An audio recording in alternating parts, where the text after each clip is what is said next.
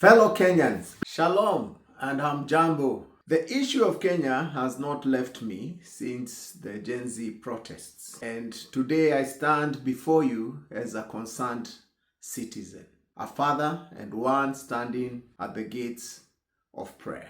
Kenya is bleeding, but Kenya can heal. We are at crossroads. We either confront the issues that are draining our nation's lifeblood, or we remain trapped in cycles of looting, betrayal, and poverty. What the Gen Zs were demanding has been on my thoughts. I've been listening and reflecting on the issues they presented through hashtags, through memes, through slogans, through video clips, and courageous marches. It was more than a memorial for lives lost.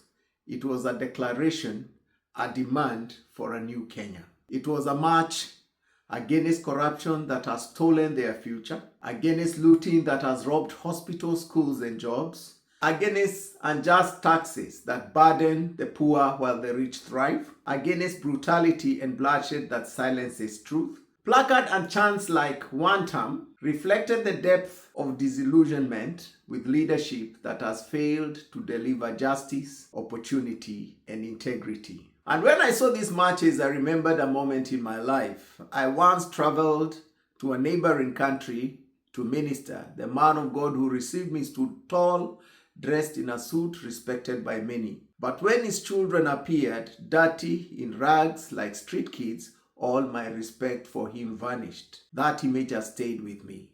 And that is what I saw in the Gen Z marches. Thousands of young Kenyans, hungry, neglected, crying out for hope. That sight alone should have been a wake-up call to the government. No parent worthy of the name would ignore such a cry.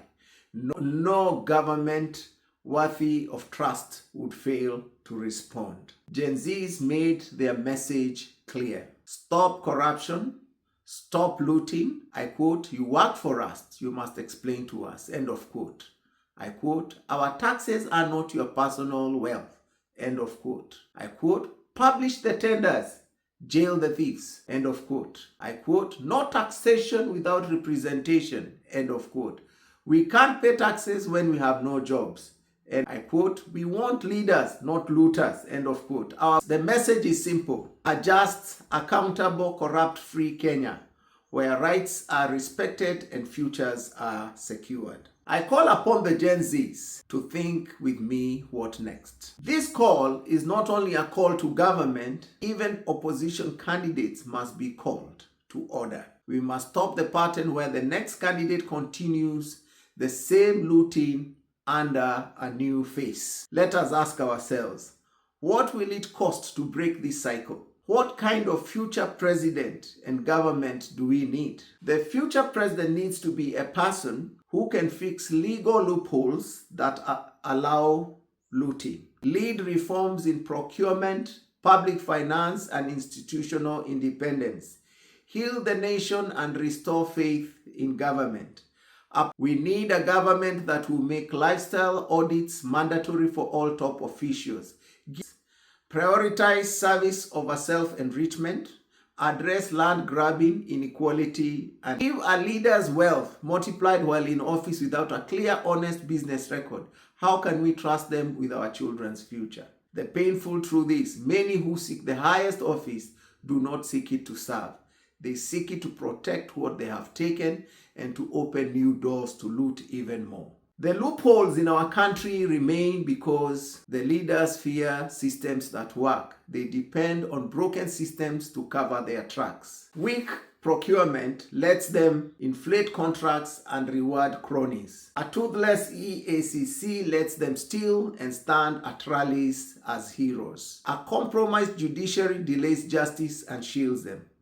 Confusion keeps the people distracted while they plunder. The faces in State House have changed since we gained independence in the 60s. But looting, land grabbing, and abuse of office have continued with every regime. That is why the future president should have a mandate to fix these loopholes, heal the nation, and restore faith in government. The next leader must not have unexplained wealth, no matter how smooth their words.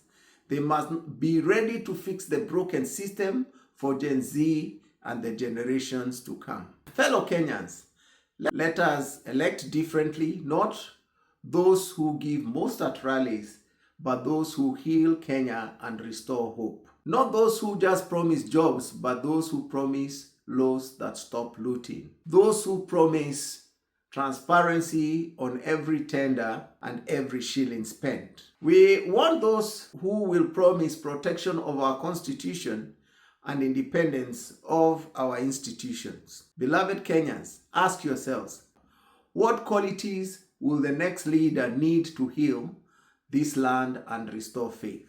They must say no to unexplained wealth. They must say yes to sealing legal loopholes. They must say yes to lifestyle audits. They must say yes to accountable leadership that serves and not steals. The heart of the matter is, any candidate unwilling to fight looting is preparing to loot. Any candidate silent on sealing loopholes is planning to use them. We must open our eyes, we must speak the truth, and we must act with courage, with unity and hope. Fellow Kenyans, tumesikiliza, tumetazama, tumelia. Sasa tusimame, tubadilishe, tujenge. Now is the time to act. Not with anger, but with strategy. Not with despair, but with determination. Let us be the generation that stops the bleeding and begins the healing. Mungu abariki Kenya, Mungu atulinde na vizazi vyetu vyote. God bless you. Simon Kariuki, coming to you from Melbourne, Australia. Thank you.